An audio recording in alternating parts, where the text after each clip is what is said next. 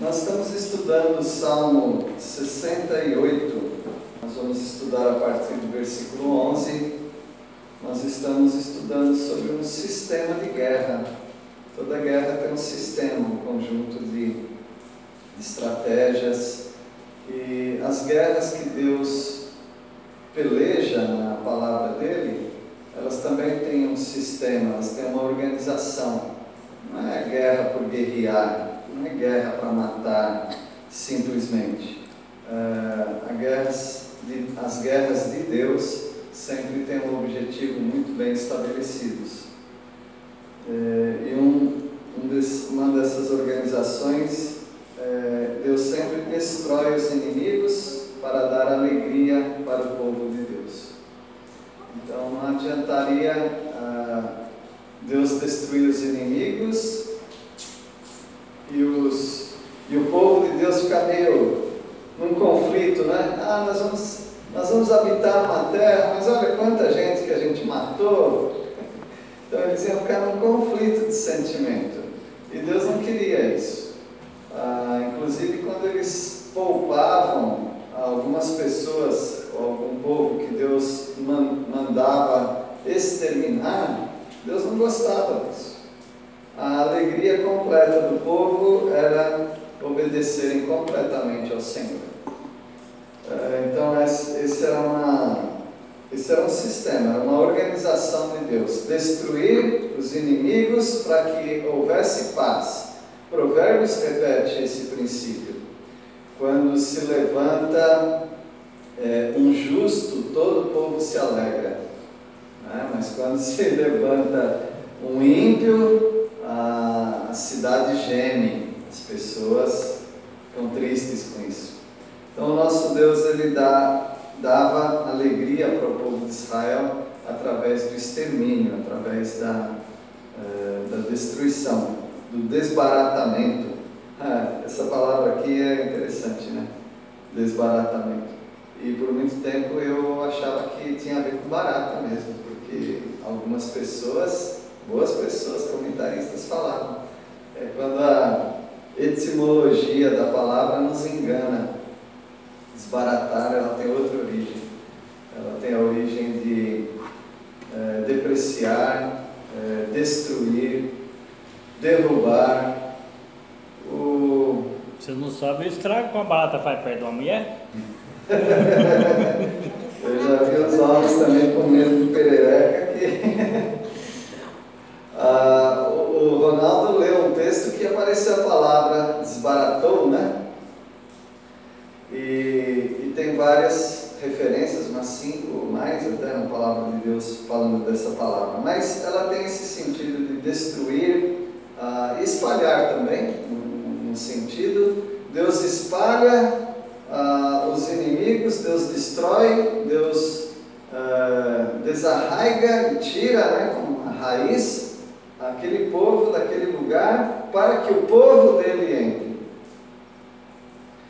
Era muito humilhante isso, mas o povo inimigo tinha condição de se salvar. Deus nunca falou: esse povo não tem condição nenhuma de se salvar, porque nós temos exemplos de pessoas inimigas que passaram para o lado do povo de Deus. Então Deus é cheio de misericórdia. Deus tinha dado para aqueles povos muitos anos para eles se arrependerem. E quando o povo de Israel vem chegando, não é hora de se armar, é hora de se desarmar, é hora de pedir misericórdia. Vocês lembram quando Eliseu, né, aquele capitão, vinha com 50 homens, eram destruídos, mas se vocês notarem que o último capitão, ele usou a cabeça, o que ele fez? Elias ou Eliseu? Eu falei Eliseu, né? E aí, é Elias ou Eliseu? Me ajudem aí. Bom, a gente pode achar que é Elias, pode achar que é Eliseu. O texto que vai dizer, né? Mas o último capitão, ele foi muito sábio. Ele pediu misericórdia e recebeu misericórdia. Então as guerras do Senhor, elas não eram destituídas de misericórdia. Ele destruiu cidades completas, como Jericó. Ele não usou de misericórdia? Usou para com Raabe. E todos aqueles que buscavam a misericórdia do Senhor encontrariam. O Salmo 68, muitos comentaristas acham que se refere à arca da aliança, que esteve fora de Israel, e quando ela ia retornando para os lugares que passava, poderia haver destruição, porque a arca da aliança simboliza a presença de Deus. Versículo 11, então, nós vamos ler que as guerras do Senhor é um sistema de extermínio, mas também de ajuntamento dos justos. Nós pensamos também sobre os nossos inimigos. Todo mundo aqui tem inimigos. Não precisa ser uma pessoa, pode ser situações. E algumas pessoas dependem da igreja para vencerem seus inimigos. E algumas pessoas vêm à igreja para vencer os inimigos. Eu sei disso, porque nós temos essa tendência. Eu vou me aproximar das coisas de Deus para vencer esse inimigo. Só que quando elas vencem esse inimigo, elas somem. Algumas pessoas são assim. Mas Deus, o sistema de guerra de Deus é vencer o inimigo para o povo se ajuntar, nunca para o povo se espalhar. Versículo 11. O Senhor dá ordem e um grande exército traz boas notícias. Na minha versão aqui está falange. Falange é um exército mesmo. E o Senhor deu a palavra, esse exército é mensageiro das boas novas. Boas novas para quem? Para quem se arrepender, para quem estiver do lado do Senhor. Versículo 12. Eis os inimigos de seus exércitos fogem, enquanto as mulheres repartem em casa os espólios. Esse é o sistema de guerra que Deus usa. Ele chega no lugar e espalha as pessoas. As pessoas fogem. E o povo de Deus faz o quê? O povo de Deus entra, pega os despojos, as riquezas, e o povo se une. Versículo 13. Ainda que vós deites e tangentes, sereis como as asas de uma pomba coberta de prata, com as suas penas de ouro amarelo. Esse texto é cheio de poesia, né? É um texto que fala, que compara o que Deus tem para nós como uma pomba coberta de prata e com penas, com um brilho. A minha versão fala flavo do ouro. Flavo quer dizer amarelo. O brilho dourado do ouro. Então é como se nós estivéssemos num lugar onde as ruas fossem de ouro, as pombas fossem de prata misturado com ouro. Ou seja, Deus tem muitas riquezas para o povo dele. E é por isso que ele vinha com as guerras e ele permitia que o povo levasse os despojos. Algumas vezes ele não permitia, mas muitas vezes o povo levava os despojos, porque Deus quer enriquecer. E nas nossas dificuldades, meus irmãos, nós nunca vamos sair pobres espiritualmente dessas dificuldades. Sempre vamos sair enriquecidos. O povo de Israel, quando passou 420 anos no Egito, quando o povo sai milionário. O povo sai muito rico.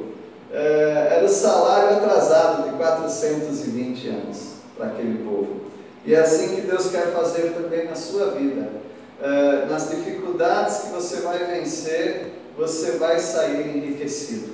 Eu não estou falando exatamente de enriquecido monetariamente, financeiramente, mas enriquecido com as bênçãos do Senhor. Versículo 14. Quando o Todo-Poderoso está bem disperso os reis, cai neve sobre o monte Salmão. Aí continua com a poesia, né? Ele manda o povo embora e aí cai a neve, mostrando assim, Deus está aqui nesse monte. Esse era um monte ali para o lado de Samaria. Versículo 15. O monte de Deus é Bazã, serra de elevações e o monte de Bazã. Então, onde Deus chegava com os inimigos, aquele monte passava a ser um monte de Deus. A terra é santa. Onde Deus espalhava os inimigos, então o povo poderia dizer, aqui nós podemos habitar porque é uma terra santa. Versículo 16. Ó montes elevados, porque olham com inveja para o monte Sião, onde Deus escolheu habitar, onde o Senhor habitará para sempre? E Deus sempre faz essa comparação, essa analogia com montes. Na Bíblia, montes é muito importante, porque monte, uma montanha, uma colina, não precisa ser muito alta, já revelava algum poder. E Deus colocou o Monte Sinai como Monte Santo, porque é ali que ele apareceu para Moisés. E o Monte Sião é o monte sagrado onde Deus fez habitar o seu povo, onde o templo estaria ali naquelas imediações. Então Deus ele está como que colocando inveja nas outras montanhas. Tem muitas montanhas, mas poucas delas podem ser chamadas montanhas santas, montanhas de Deus. Versículo 17. Os carros de Deus são 20 milhares de milhares. O Senhor está entre eles como em Sinai, no lugar santo. Muitos milhares, né, Dudinha? Então é para dizer que são muitos carros de Deus. E onde estão esses carros de Deus? São carroças, tá bom? Onde estão esses carros? É uma maneira que Deus tem para dizer que Ele é o Senhor da guerra, é o Senhor da batalha, é o nosso Deus que pode vencer qualquer inimigo. Vocês lembram quando o servo de... Agora já não sei se você fala Eliseu, se você fala Elias. Servo de quem? Não conseguia ver o exército de Deus na montanha. Aí ele pede para que Deus abra os olhos. Eu vou dizer que foi? Eliseu. Abra os olhos para que ele veja o exército de Deus. Os carros de Deus estão por aí. Que Deus abra os nossos olhos também, para nós vermos que a batalha não é perdida. Se você é de Deus, você já ganhou a batalha. E as dificuldades que nós temos, como saúde, às vezes dificuldade financeira pode ser, dificuldades no lar, até a morte, várias dificuldades que nós podemos ter, nós precisamos abrir os nossos olhos espirituais para ver os carros de Deus, porque são incontáveis, milhares de milhares, e Deus está nas montanhas, especialmente no Monte Sinai, que tornou-se o santuário do Senhor. É claro que você pode ir hoje lá no Monte Sinai, eu já vi fotos, né, atualmente do Monte Sinai. É a mesma montanha de sempre, me parece. Mas é o significado, o sentido que aquela montanha teve, porque Deus foi até ali. Versículo 18. Subiste às alturas, levaste cativo o cativeiro, recebeste homens por dádivas, até mesmo bebelos, para que o Senhor Deus habite no meio deles. Deus está dizendo que Ele, quando vence os inimigos, Ele traz os homens prisioneiros, né, como despojos, como prova do poder dele. Esse versículo aqui aparece lá em Efésios, né? Efésios capítulo 4, falando que Deus levou os seus santos para o céu, quando o Senhor Jesus Cristo veio, e Ele deu para a igreja dons. Ele usa esse versículo aqui. Versículo 19. Bendito seja o Senhor que dia a dia leva o nosso quarto. Deus é a nossa salvação. Então nós precisamos ter mais desse espírito de vitória que há no Senhor. Agora, você tem que tomar cuidado porque tem muita gente aí falando desse espírito de vitória e está só pensando em dinheiro. Mas não é isso que a palavra de Deus está dizendo. Ele é a nossa salvação. Todo fardo que você tem a vitória, você tem alívio, porque Deus é bendito. E dia a dia Ele é a sua vitória. Então o nosso Deus, Ele não fez guerra só para fazer guerra. Ele não precisava nem fazer guerra. Ele poderia dar uma pestilência e matar todo mundo ali. E eles só levaram os cadáveres para fora. Mas por que Deus mandava o povo entrar e guerrear? Porque Deus queria mostrar o poder dele. Ele não precisava 10 pragas para o povo sair do Egito. Ele poderia acabar com o faraó, mas Deus queria mostrar para o mundo todo, não apenas para o faraó, mas para o mundo todo que Ele é poderoso. Assim também com as nossas vidas. Através das nossas vidas as pessoas vão ver o poder de Deus, elas vão ver o amor de Deus, a bondade de Deus. Então a nossa vida precisa ser um testemunho para as pessoas. Versículo 20. Nosso Deus é o Deus libertador. Com Deus, o Senhor, está o escaparmos da morte. Ele é o nosso libertador, não tem inimigo que possa nos impedir de ter a vitória no Senhor. Ele é o que nos liberta. Então, aqui o inimigo deles eram vários, né? Eram os filisteus, eram os assírios, os moabitas, amonitas. Eles tinham vários inimigos. Mas você também tem alguns inimigos, sendo que Satanás é um inimigo, o mundo é seu inimigo e você mesmo é o seu inimigo, a carne pecaminosa. Versículo 21.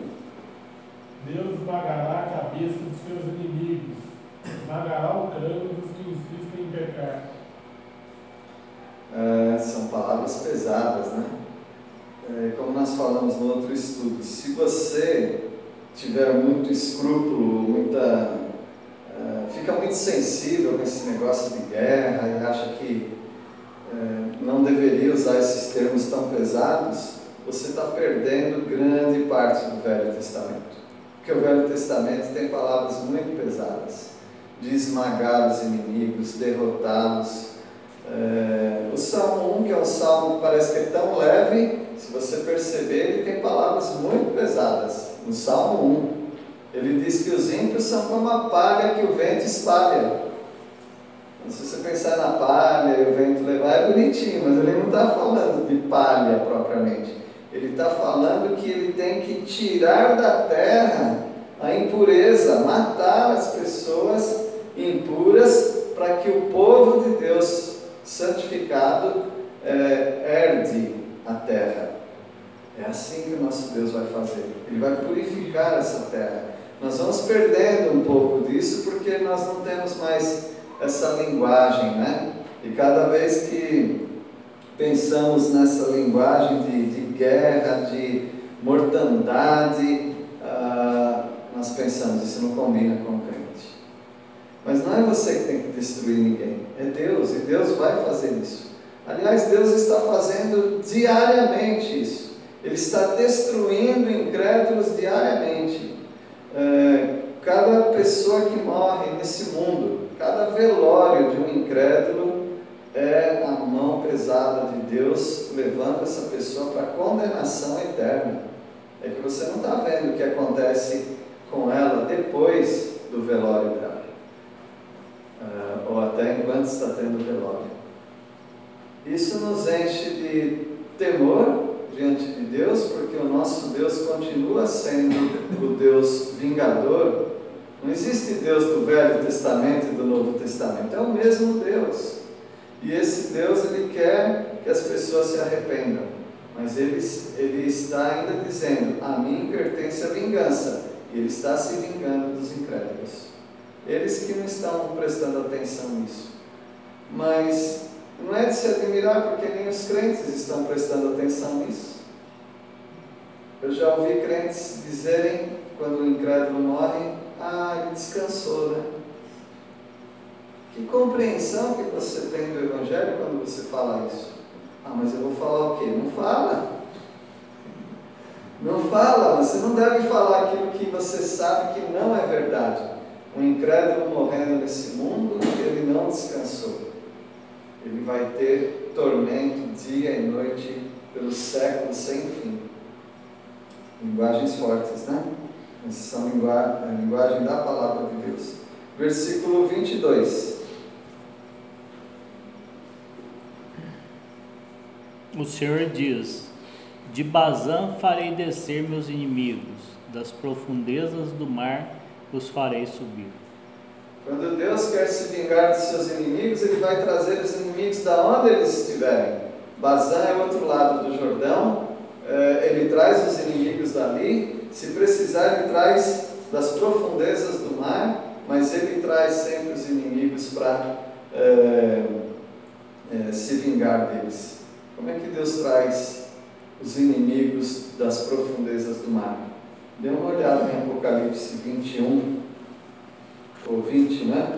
Apocalipse 20, versículo 13. Aqui é chamado do grande trono branco, o julgamento de Deus contra os incrédulos. Alguém pode ler o versículo 13? Deu o mar dos mortos que nele estavam. A morte e o além entregaram os mortos que neles havia, e foram julgados um por um, segundo as suas obras. Deus traz todos os incrédulos. Nenhum incrédulo fica longe do juízo de Deus. Então Ele traz do mar, deu o mar os seus mortos. Marinheiros, pessoas que morreram no mar, Deus vai trazer dali do mar essas pessoas corporealmente, e essas pessoas estarão diante do Senhor, porque foi com o corpo delas que elas fizeram mal, as más obras, e Deus vai julgar a todos eles. Para encerrar, nós vamos ler o versículo 23. Para que banhes o pé em sangue, e a língua dos teus cães tenha o seu quinhão dos inimigos. Que horror! Palavras brutas. Palavras brutas. Por que Deus faz isso? Na época das guerras aqui na terra, no Antigo Testamento, Deus trazia os inimigos para Ele banhar o pé dele com sangue. Isso é uma linguagem de Apocalipse também. Quando o Senhor vai pisar o lagar, é como se alguém estivesse pisando as uvas para fazer o vinho, e Deus também vai pisar os incrédulos. A Bíblia diz inclusive que o sangue do exército do anticristo salpicará as vestes de Jesus. As vestes de Jesus ficarão salpicadas de sangue. O sangue é uma hipérbole, né? Quer dizer, um exagero, mas é uma forma de dizer que o sangue estará até no freio dos cavalos, até a boca dos cavalos, né? Então, tão alto que seria o sangue. É claro que não é assim, uma piscina de sangue, um mar de sangue, mas é só para dizer que Deus vai destruir o exército do anticristo. A língua dos teus cães tem o seu quinhão dos inimigos. Ou seja, nós já vimos alguns relatos na Bíblia, 2 pelo menos, de cachorros, né? Os cães lambendo ao sangue de um morto. Então é uma figura assim muito brusca, né? Muito pesada.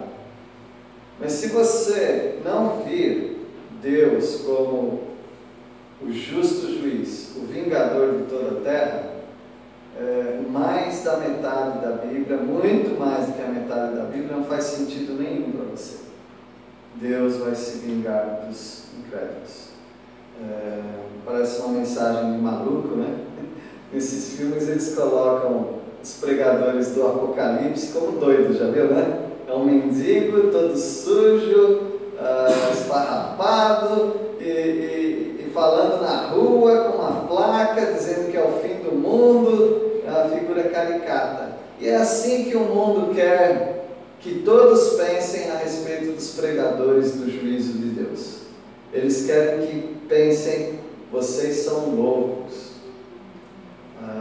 Mas nós não somos loucos. Nós cremos na palavra de Deus, os profetas pregaram assim, e Deus disse, eles não vão ouvir. O caminho da salvação é o caminho estreito. Então nós vamos terminar por aqui, mostrando como Deus já espalha os inimigos para juntar o povo de Deus. Você lembra uma vez que Deus fez um barulho na copa das árvores para o exército fugir para um lado, e aí o povo de Israel venceu, porque eles estavam despreparados, achando que era um exército, mas era só um barulho, e Deus destruiu os filisteus ali. A palavra de Deus diz também em 2 Samuel 22, quando Davi desbaratou o exército inimigo. Deus usou muito Davi para isso. E Davi é um grande exemplo de quem tinha piedade, mas que nunca deixou da espada, nunca deixou da guerra. Nós não estamos incentivando ninguém a pegar em armas e guerrear, nada disso, mas só saber isso, que Deus é um Deus de juízo. Vamos ler, nós terminamos já aquele texto, e só pegando um texto fora daqui, que é Lamentações 1,15. Deus dispersando o próprio exército dele e ajuntando os inimigos para esmagá-los. Lamentações 1,15.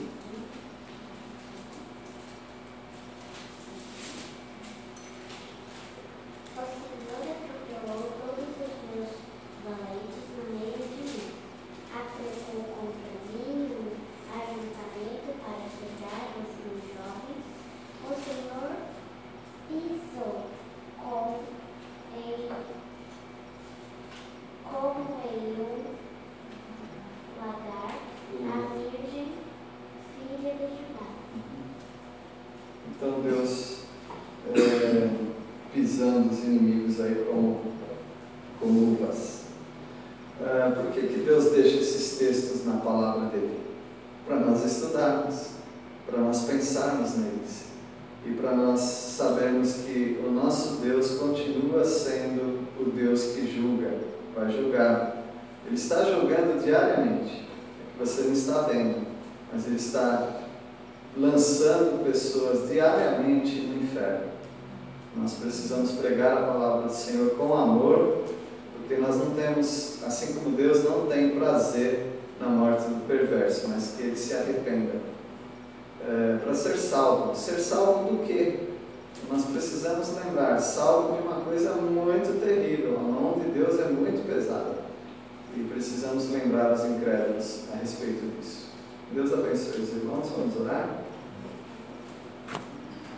Santo Deus, o Senhor é poderoso na batalha, o Senhor nos mostra, através desses textos tão incômodos para nós, que o Senhor tem o controle sobre todo o inimigo. E nós rogamos ao Senhor, Deus, que esse ensino sobre o juízo que há na Tua Palavra, que ele não se afaste de nós. Que seja um incentivo, uma motivação para nós irmos atrás dos incrédulos, porque eles estão no caminho de destruição. Agradecemos, ó Pai, porque nós, os crentes, estamos longe de qualquer perigo. Nenhum perigo nos assombra mais. Nós não temos condenação nenhuma, porque estamos em Cristo Jesus. Usa as nossas vidas para trazer outros também a Cristo Jesus. E é em nome dele que nós oramos. Amém.